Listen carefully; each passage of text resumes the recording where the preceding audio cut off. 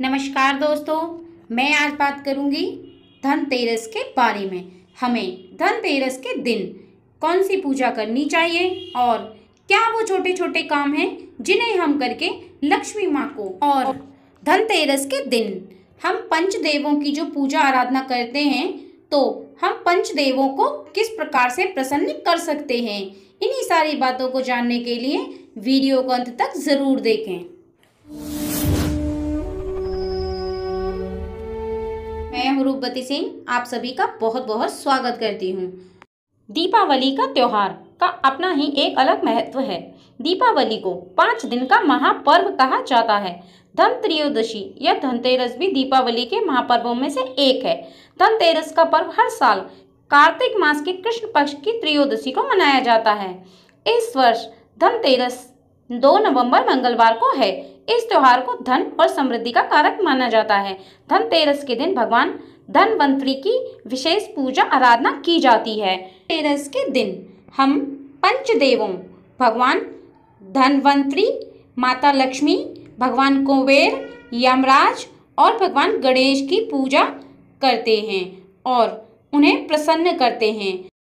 आज मैं ऐसी ही बातें शेयर करने वाली हूँ आप लोगों के साथ कि हम धनतेरस के दिन कौन से वो छोटे छोटे काम हैं जिन्हें करके भगवान धनवंतरी माँ लक्ष्मी को हम प्रसन्न कर सकते हैं, जिससे उनकी कृपा हम पर हो।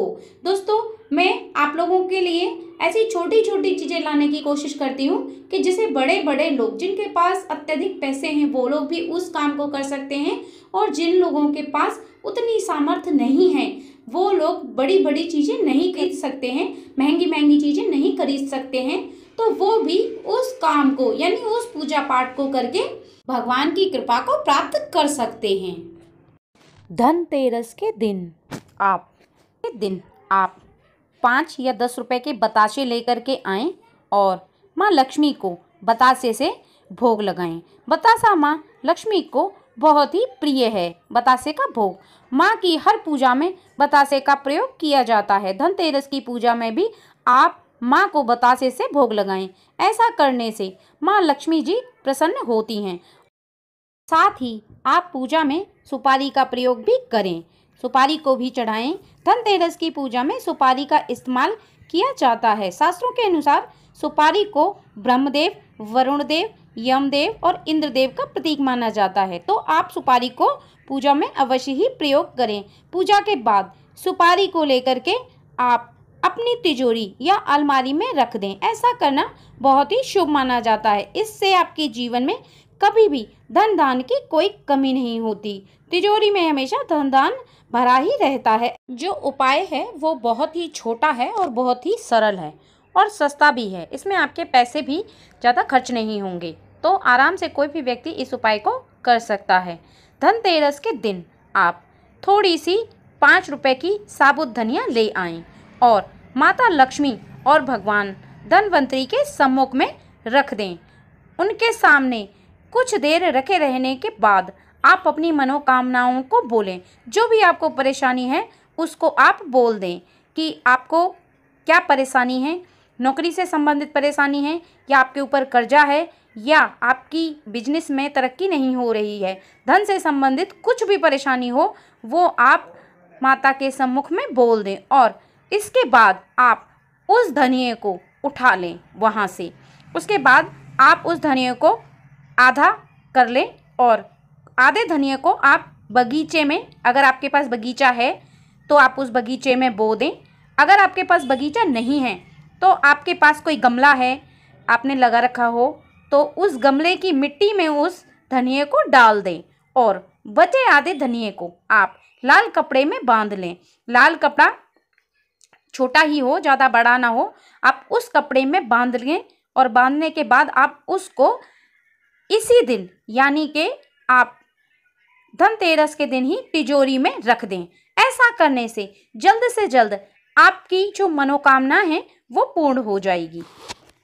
इसके साथ ही जिन लोगों की आर्थिक स्थिति बिगड़ी हुई है, आर्थिक स्थिति बिल्कुल ही खराब है, वो लोग अपनी आर्थिक स्थिति को मजबूत बनाने के लिए, अगर उनके ऊपर कोई कर्जा है तो उस कर्जे से मुक्त होने के लिए आप धनतेरस के दिन 11 दिए खरीद करके लाएं और दियों को अपने घर के बाहर उन 11 दियों को साथ में जलाएं। ऐसा करने से आपको कर्ज से मुक्ति मिलती है।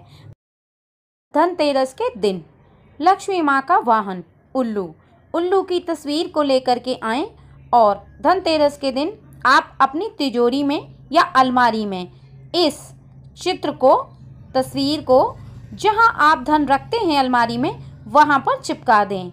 उल्लू की तस्वीर धन स्थान में होने से धन का आगमन होता है, धन में बढ़ोतरी होती है, धन में अत्यधिक वृद्धि होती है, घर में बहुत ही बरकत होती है। ऐसा करने से और नकारात्मक ऊर्जा का नाश होता है। धनतेरस के दिन बर्तनों को खरीदा भी जाता है, जैसे पीतल के बर्तन खरीदते हैं या बहुत लोग सोने की चीज़ें खरीदते हैं, चांदी की चीज़ें खरीदते हैं।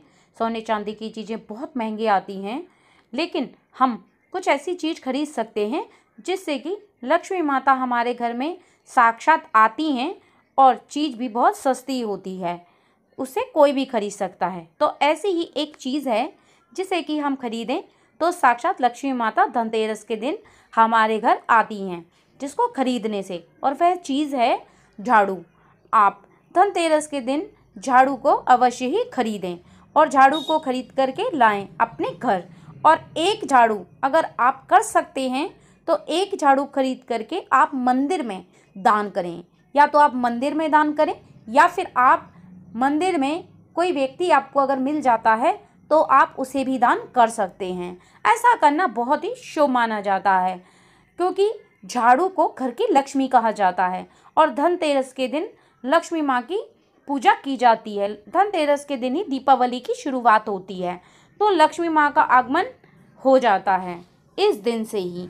तो ऐसा करने से भी घर में बहुत ही बरकत होती है और साक्षात लक्ष्मी माँ का वास होता है। परंतु आप एक बात का ध्यान रखें कि झाड़ू आपको फूल वाली ही लेनी है, सीक वाली झाड़ू आप ना लाएं। सीक वाली झाड़ू से घर में दरिद्रता आती है और फूल वाली झाड़ू से सुख समृद्धि और लक्ष्मी माँ का प्रवेश होता है। इस बात का ध्यान रखें। ये छोटे छोटे काम थे जो मैंने आप लोगों के साथ शेयर किए। धनतेरस के दिन ये छोटे छोटे काम करके हम अपने घर में लक्ष्मी की बरकत कर सकते हैं और स्थायी रूप से लक्ष्मी हमारे घर में विराजमान होती है ऐसा करने से। दोस्तों, वीडियो अगर पसंद आए तो मित्रजनों और परिवार वालों को शेयर करें और मेरे चैनल को सब्सक्राइब करें और बेल बटन को प्रेस करके रखें, ताकि जब भी मैं कोई वीडियो शेयर करूं तो उसका नोटिफिकेशन सबसे पहले आपको मिले। दोस्तों, उम्मीद करती हूं कि वीडियो आपको उपयोगी साबित होगी। अब मैं इजाज़त चाहूँगी। नमस्कार।